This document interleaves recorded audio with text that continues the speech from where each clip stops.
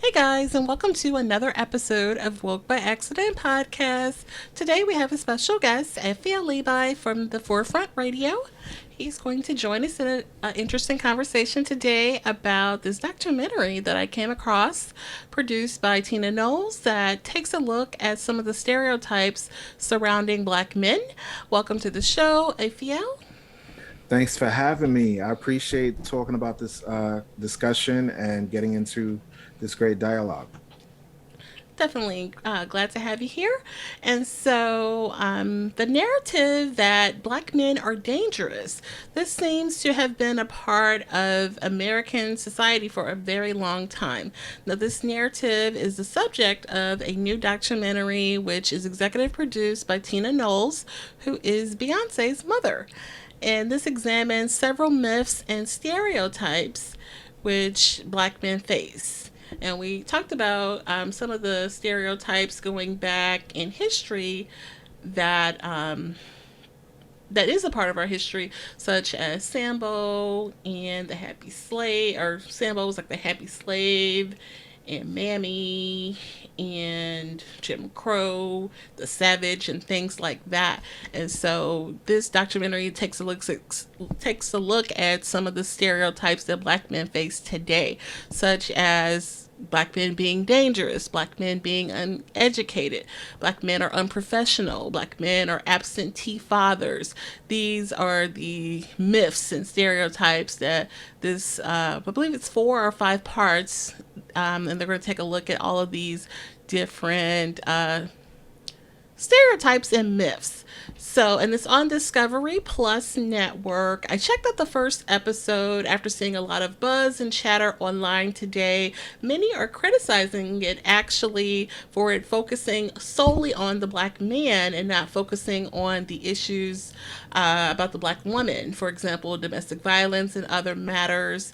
And while I understand the concern, I feel that there's room in the conversation for all of these matters. I feel that this topic is worth attention, especially in light of recent cases such as the Ahmaud Arbery and De Montario Gibson situation, which we had a young man who was a FedEx driver attacked by a copycat my Arbery situation, father and son attacking this young man in Mississippi. So cases like that where black men are being I singled out and targeted, if you will, and felt like they don't belong in the neighborhood and things like that. This is why this type of documentary is appropriate, I feel.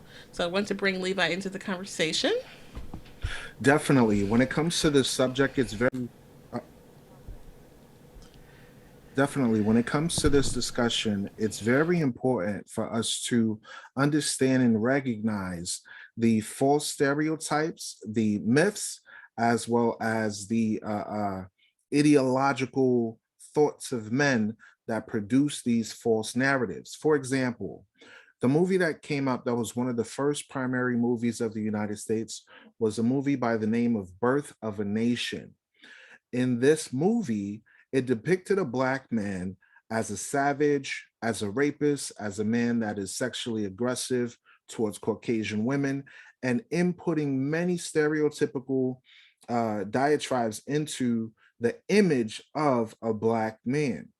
Now, when we look at the history book known as the Bible, we as a nation of people were in high regard all throughout the earth. We were a nation of kings and priests. We have books in the Bible called kings. We have books in the Bible called judges.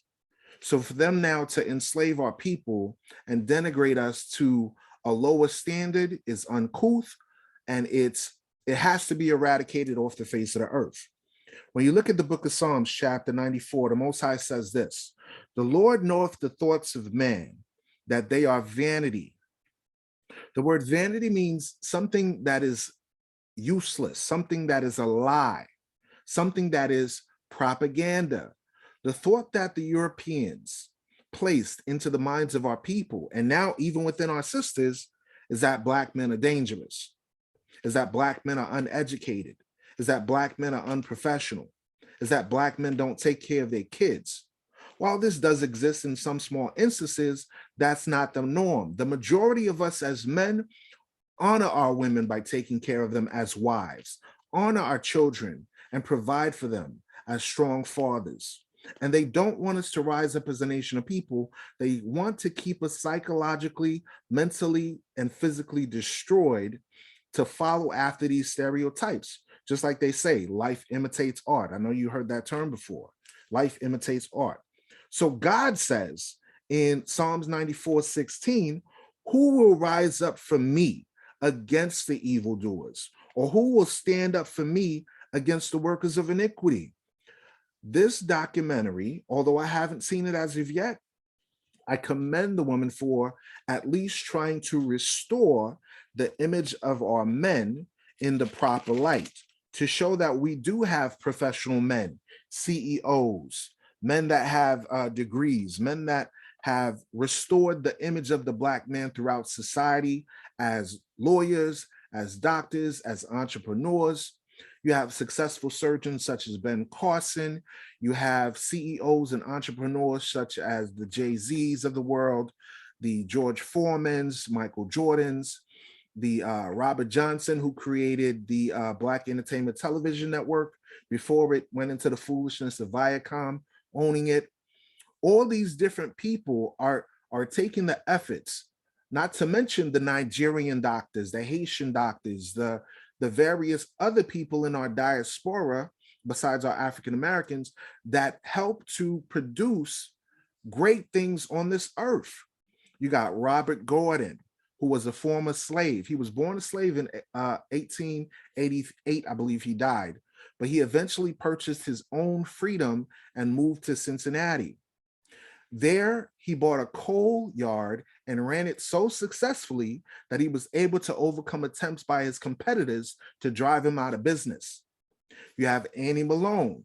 1957 was when she passed away. That's fairly recent, right? She's from Missouri, right? She was one of the first Black women to become a multi-millionaire thanks to the businesses that she started at the beginning of the 20th century, including a hair product line and other cosmetic products. You have Lewis Temple, who was a former slave of Virginia, who worked as a blacksmith and used his skills and talent to invent several products, including an improved iron harpoon for the whaling industry. These names are just the tip of the iceberg when it comes to entrepreneurship as a whole. But some of the details of their lives suggest the hurdles they had to overcome to be successful, which brings me to this point. Think about this for a moment, Jen. A lot of times people don't understand that you can never rise above the status of your people, meaning what? If you're a billionaire, if you're a millionaire, if you're a thousandaire, if you're a person that's successful in the entertainment industry or science or tech, whatever image that the whole society views of your people is how they will perceive you. Prime example of that. You remember a couple of years ago when when when Oprah Winfrey traveled overseas and she went and shopped in a so-called exclusive European boutique, right? What ended up Yes. happening to her? Oh, for her with the Hermes store, and Mm-hmm. they accused her of stealing or something. She was accused of something, or Yeah, they said, I don't want your nappy black head up in here. That's what they did. I don't care if you're a right? billionaire. I don't care if you're a CEO. I don't care if you're Oprah Winfrey. In my eyes, you're just a Negro. That's how Maybe, they get down. yeah, they must not have realized that that was Oprah or something. They So and as a matter of fact, they don't care. To them, that's just a mama or Aunt Jemima, which is one of the stereotypes that we have to break. So one of our forefathers in the Maccabees, right, said this. He said, they said one to another. This is First Maccabees chapter 3, verse 43.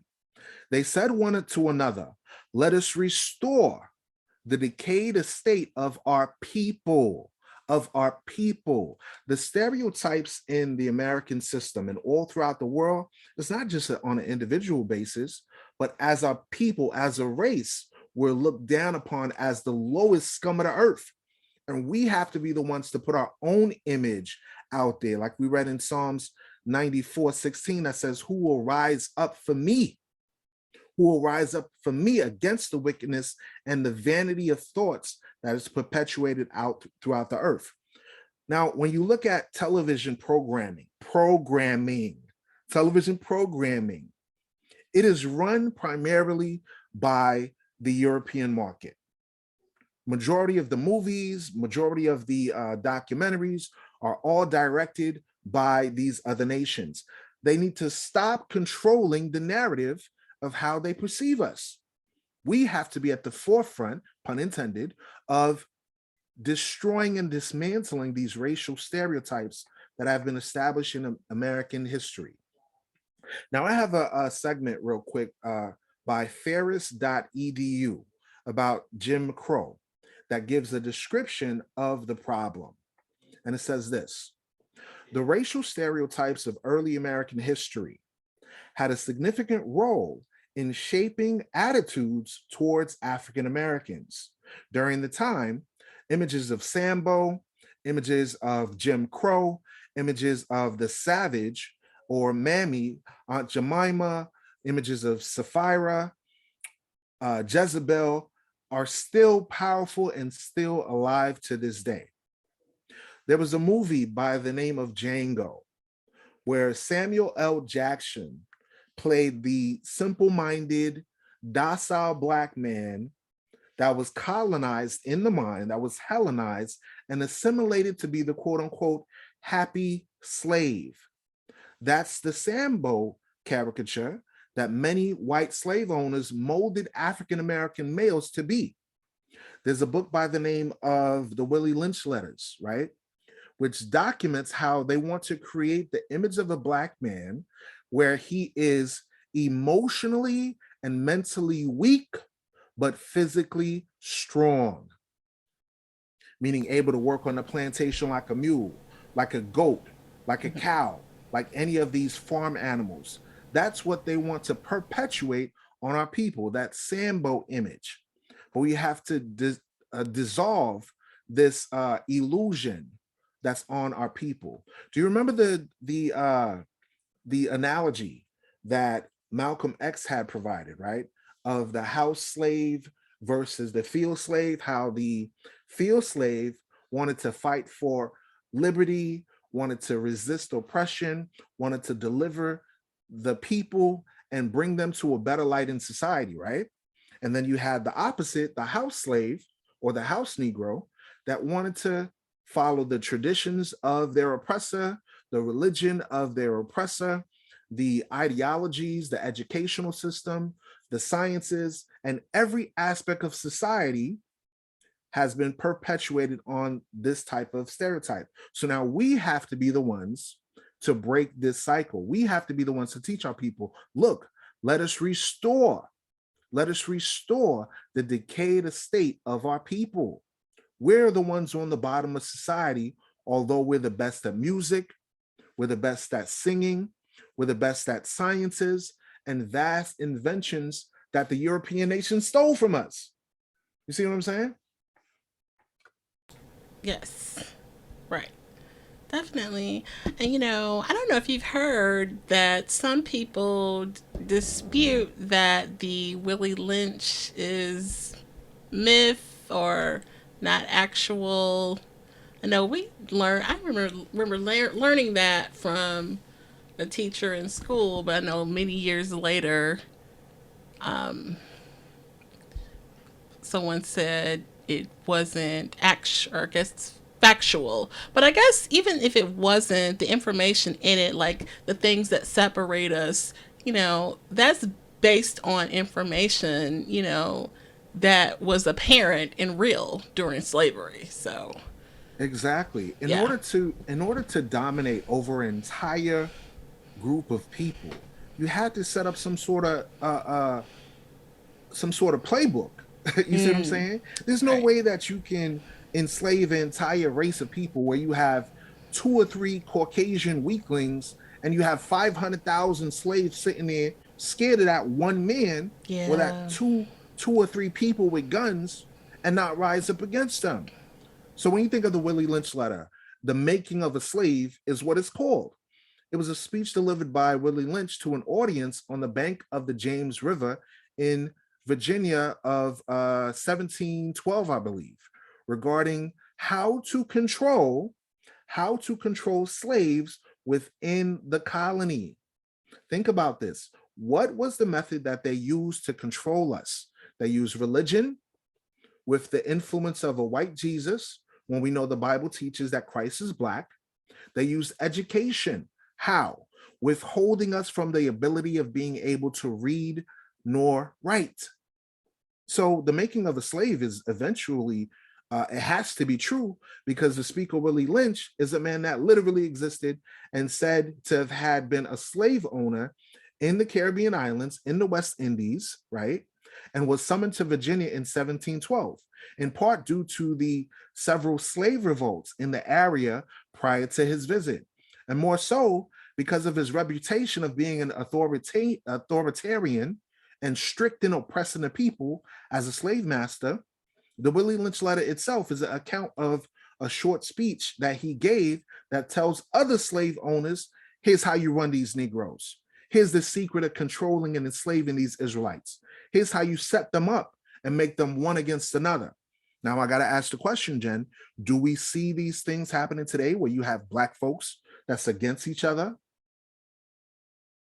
Oh yeah, definitely. Like I think it even spoke to, creating dissension within the slaves, pitting the light skin against the dark skin. How many conversations do we see on Clubhouse about, the light skin versus and people are still having those debates and to this day. So and that started way back then. So Mhm. definitely all of that is still relevant. Yes, all that relates to post traumatic slave syndrome. All our people have colorism that they have to deal with, feminism that was created by the CIA. Gloria Steinem was a spook, a CIA agent set up to infiltrate the movements of the civil rights and manipulate our women against our men, which is now what we see today, where you have all these gender wars where people are fighting each other about who's a high value man versus who's a respectable woman. We have to fight against WAP culture now, where the stereotype of our woman being Jezebel or a bedwench is perpetuated through our own music. And now we got to fight against that. That's why when we read that scripture that says, who shall rise up against the wickedness? Who shall rise up for me? The Most High needs men and women that are solid, that understand history and will redirect our people back to being a people of greatness, a people of strength, a people of honor, a people of integrity, a people of righteousness that follows the laws, statutes, and commandments of the Bible and faith in the Black Messiah. Yes, definitely want to break down the stereotypes as you mentioned before. And so we will look at one particular moment in Black history. You mentioned a lot there, especially happy that you mentioned the Annie Malone, who is from the great town of St. Louis, Missouri. And so we were very proud of that. She actually had an orphanage here and, cared for many children. And, we honor, anyway, that great history. I encourage everybody to look up Annie Malone and the great things that she did aside from her hair care business. The orphanage was a really great part of her legacy as well, which she is remembered for greatly in St. Louis, Missouri. But in this discussion, I did want to bring this particular moment in Black history up to this our conversation about this narrative about Black men being dangerous and this fear and the targeted and so on. And so it is about the Scottsboro boys, and it happened back in March of 1931. And so a fight broke out on a southern railroad in Jackson County, Alabama, and the police arrested 9 Black youth, age ranging from 13 to 19 on a minor charge. When the deputies questioned two white women, Ruby Bates and Victoria Price, they accused the boys of raping them while they were aboard the train. So there were 9 teenagers: Charlie Weems, Ozzie Powell, Norris, Andrew and Leroy Wright, Olin Montgomery, Willie Roberson, Haywood Patterson, and Eugene Williams. They were transferred to the local county, Scottsboro, so that's where the Scottsboro boys comes from, to await trial. Now, 4 of them had known each other before the arrest, and news had spread across town of the alleged rape, a highly inflammatory charge given the Jim Crow laws in the South. An angry white mob has surrounded the jail, leading the local sheriff to bring in the National Guard to prevent lynching from occurring. The trials and repeated retrials of the Scottsboro boys sparked an international uproar and produced 2 landmark U.S. Supreme Court verdicts. And even as the defendants were first forced to spend years battling the courts and enduring harsh conditions of the Alabama prison system. And so several trials and appeals occurred. And in 1932, in November of 1932, the U.S. Supreme Court ruled Powell versus Alabama. The Scottsboro defendants had been denied the right to counsel, which violated their right to due process under the 14th Amendment. And so the other piece was that the U.S. Supreme Court overturned the Alabama verdicts, setting a important precedent for enforcing the right of African Americans to adequate counsel. And so this is really huge because they did not get a fair trial, clearly. And so, several with the trials and the retrials and the appeals and such, the outcome ended up being, let's see, they had the 2 Supreme Court verdicts.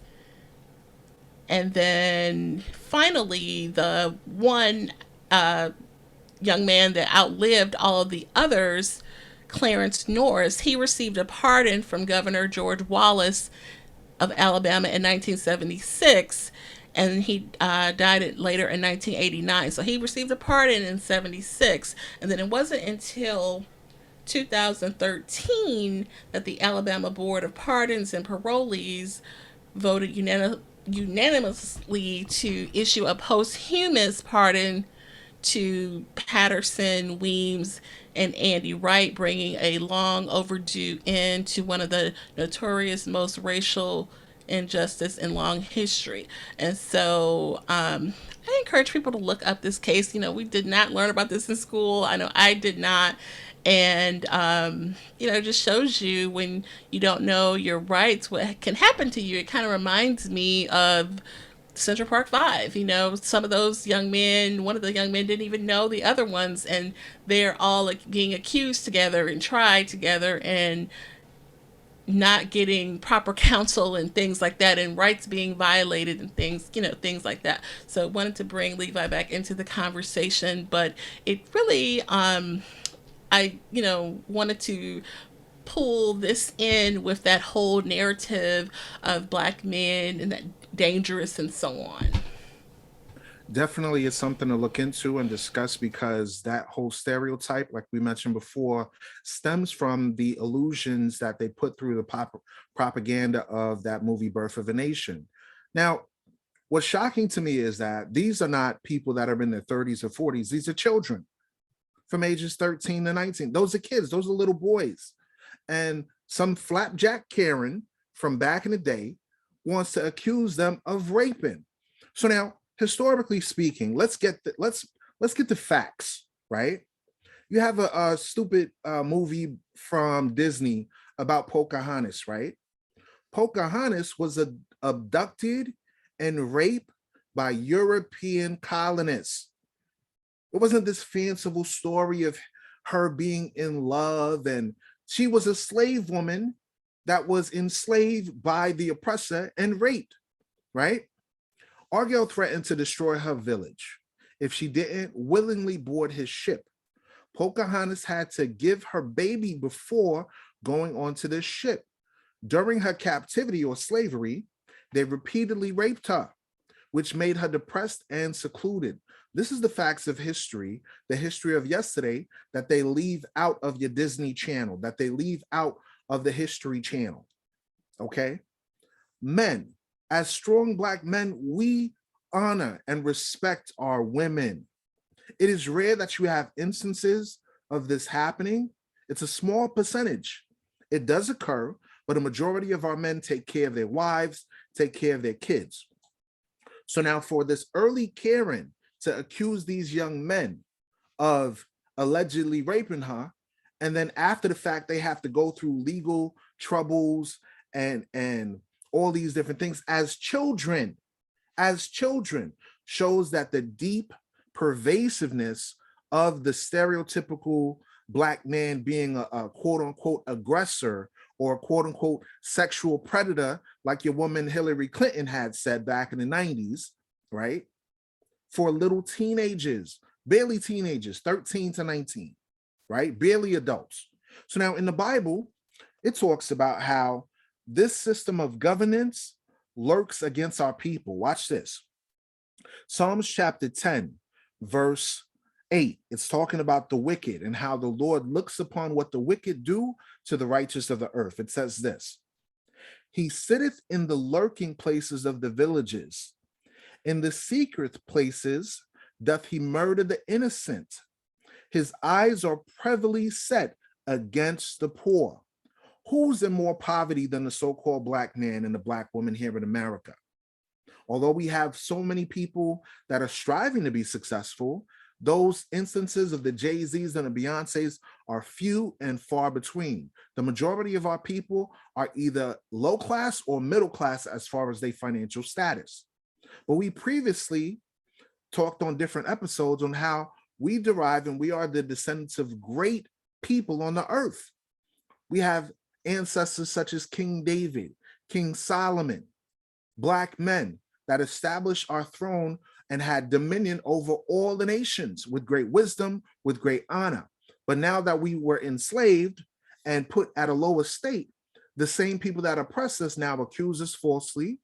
They put us through the new prison population, which is slavery in a nutshell, and they denigrate our image by still perpetuating the stereotypes that we're going through till this day.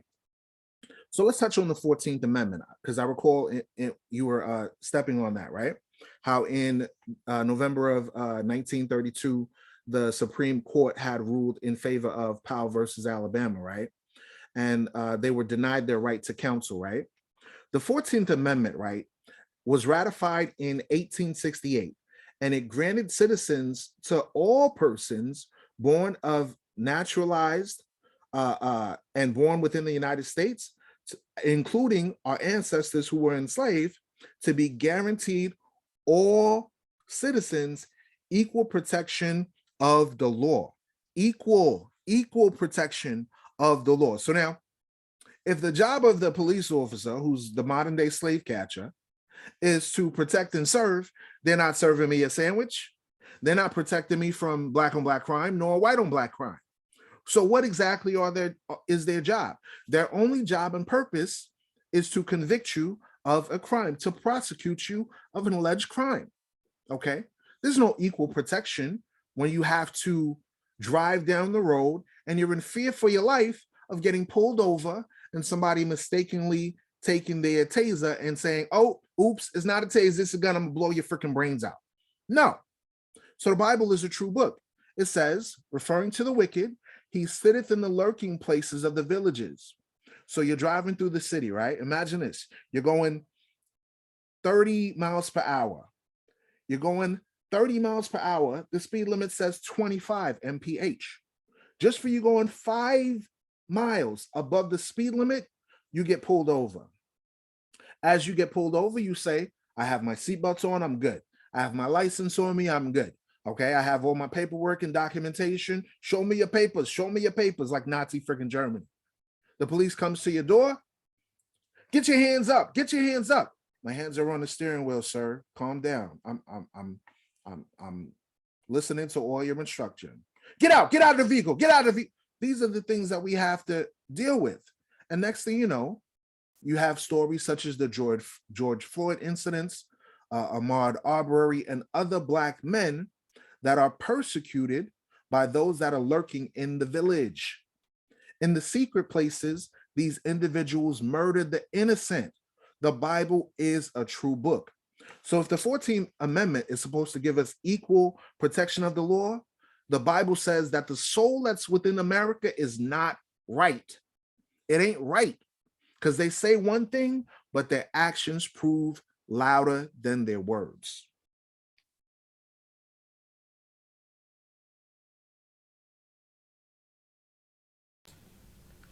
Good point. Good point. Definitely a good message there. And yeah, I mean, the 14th Amendment. Yeah, you covered a lot there. That was a lot. That was a lot. That was a lot. That was a lot. So, how do you feel like how we can, what are some of the ways that we can move past these stereotypes in the community? In order to resolve this, we have to restore the decayed image of our people, right? Mm-hmm. When you look at Genesis chapter 1 and Genesis chapter 2, it talks about the creation of the first Black man and Black woman, Adam and Eve, right? It says that the God of creation, right, the Most High, said to make man in our image.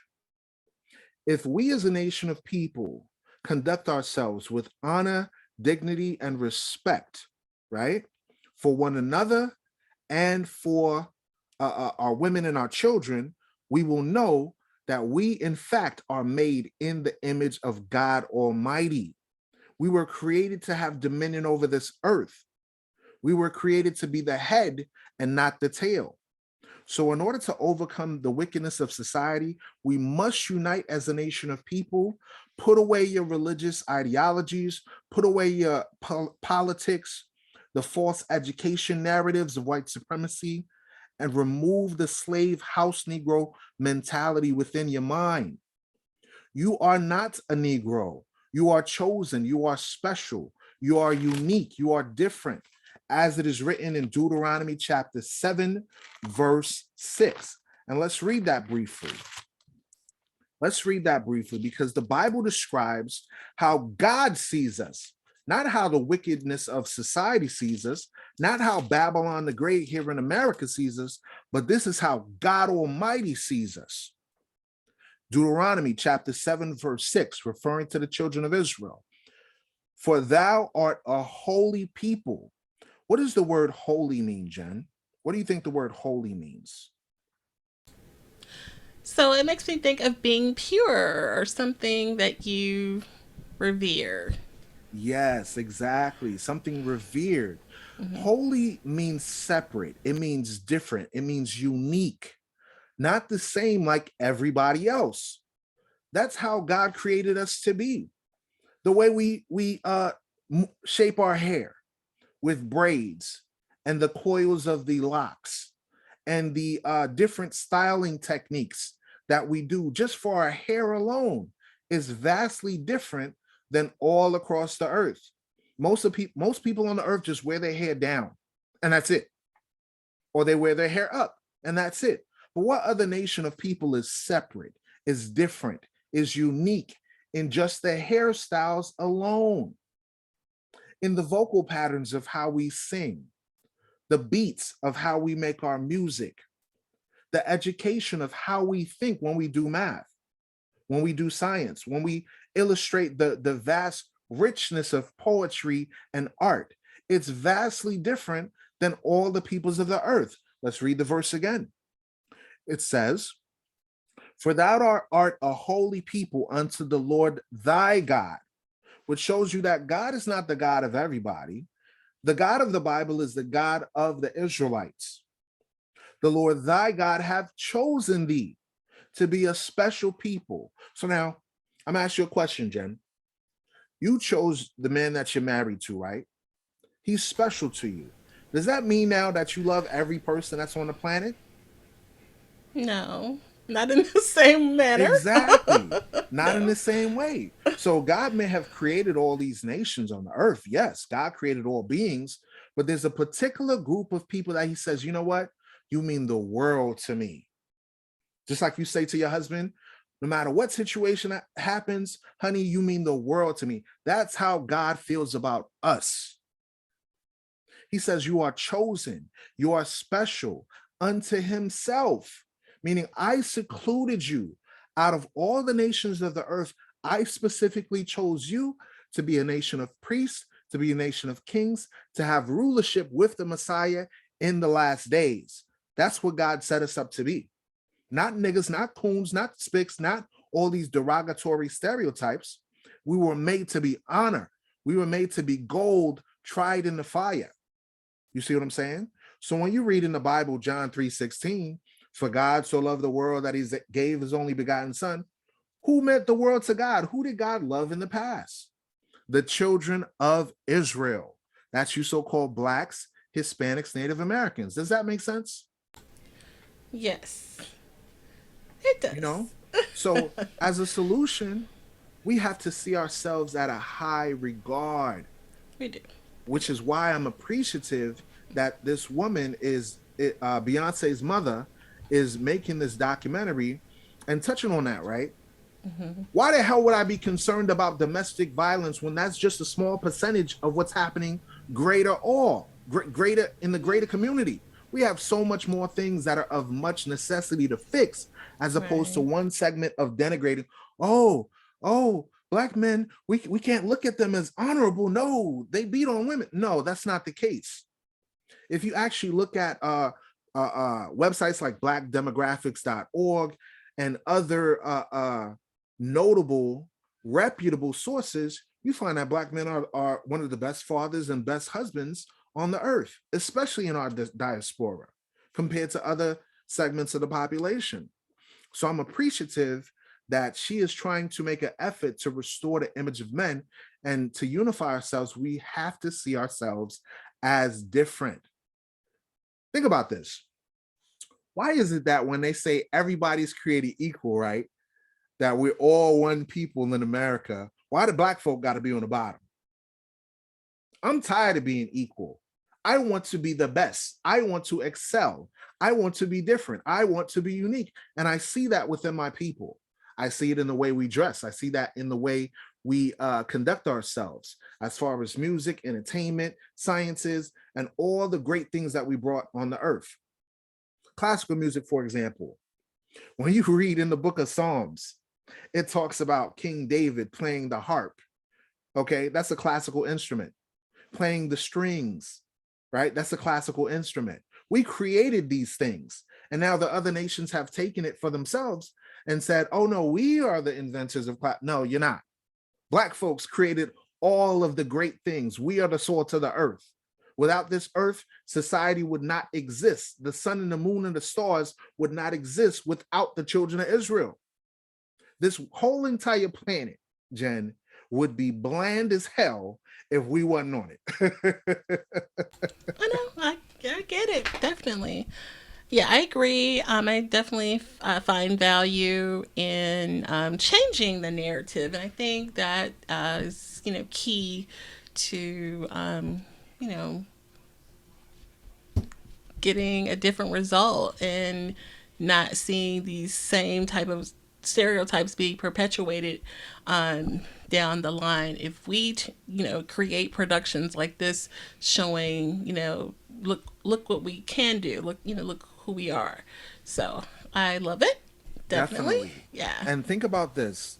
The greatest man, the greatest black man to walk on this planet was Jesus the Christ, right? The Messiah, who is described in the Bible as having feet In comparison to fine brass, brass is a derivative of brown, burned in a furnace. That's pure black. And having woolly coiled hair. Woolly hair is that of a sheep, right? That afro hair that is within the so-called Negro. If we weren't important as a people, why would they change his image to a stringy-haired, blonde-haired Renaissance image by Leonardo da Vinci in the 1400s? You could Google it.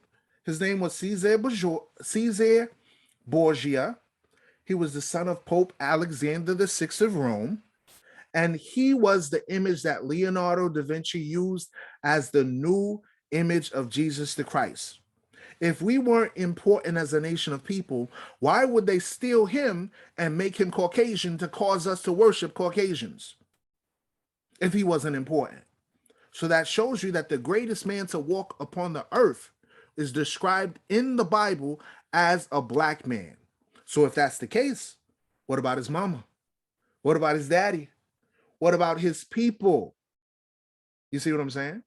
So we have to restore that image of the Son of God within ourselves. Great. Definitely. Anything else to add on this topic? I know we've been going in on this topic. This is a wonderful topic for me because as a so-called black man, I want to commend those that don't want to denigrate our image Mm-hmm. and lift us up to the high standard that we were meant to be. Oh, for I, sure. and in concluding this, I want to encourage the listeners as well to see themselves in a better light. Don't see yourself as the scum of the earth. This should be motivation. Mm-hmm. This should be motivation for you to see yourself as the image of God. Definitely. Yeah, I'm excited to dig into the rest of the documentary. I'll share that link with you so you can check it out because I know I had to hunt for it to find it. Yeah, worth checking out. So, yeah, I appreciate you sharing that. And can you let us know how people can find the Forefront Radio? I'm appreciative of all the listeners and all the support. You can find the Forefront Radio on Spotify, iHeartRadio, as well as our YouTube page. I'm on Instagram as the Forefront Express, on Facebook as the Forefront Media. And always keep in mind that you will know the truth and the truth shall set you free. And also, the truth does not fear investigation. All right. I heard that. Sounds great. Well, we appreciate having you and thank you guys for listening. And there will be a visual version of this podcast. So check it out, guys. Thanks again. Take care.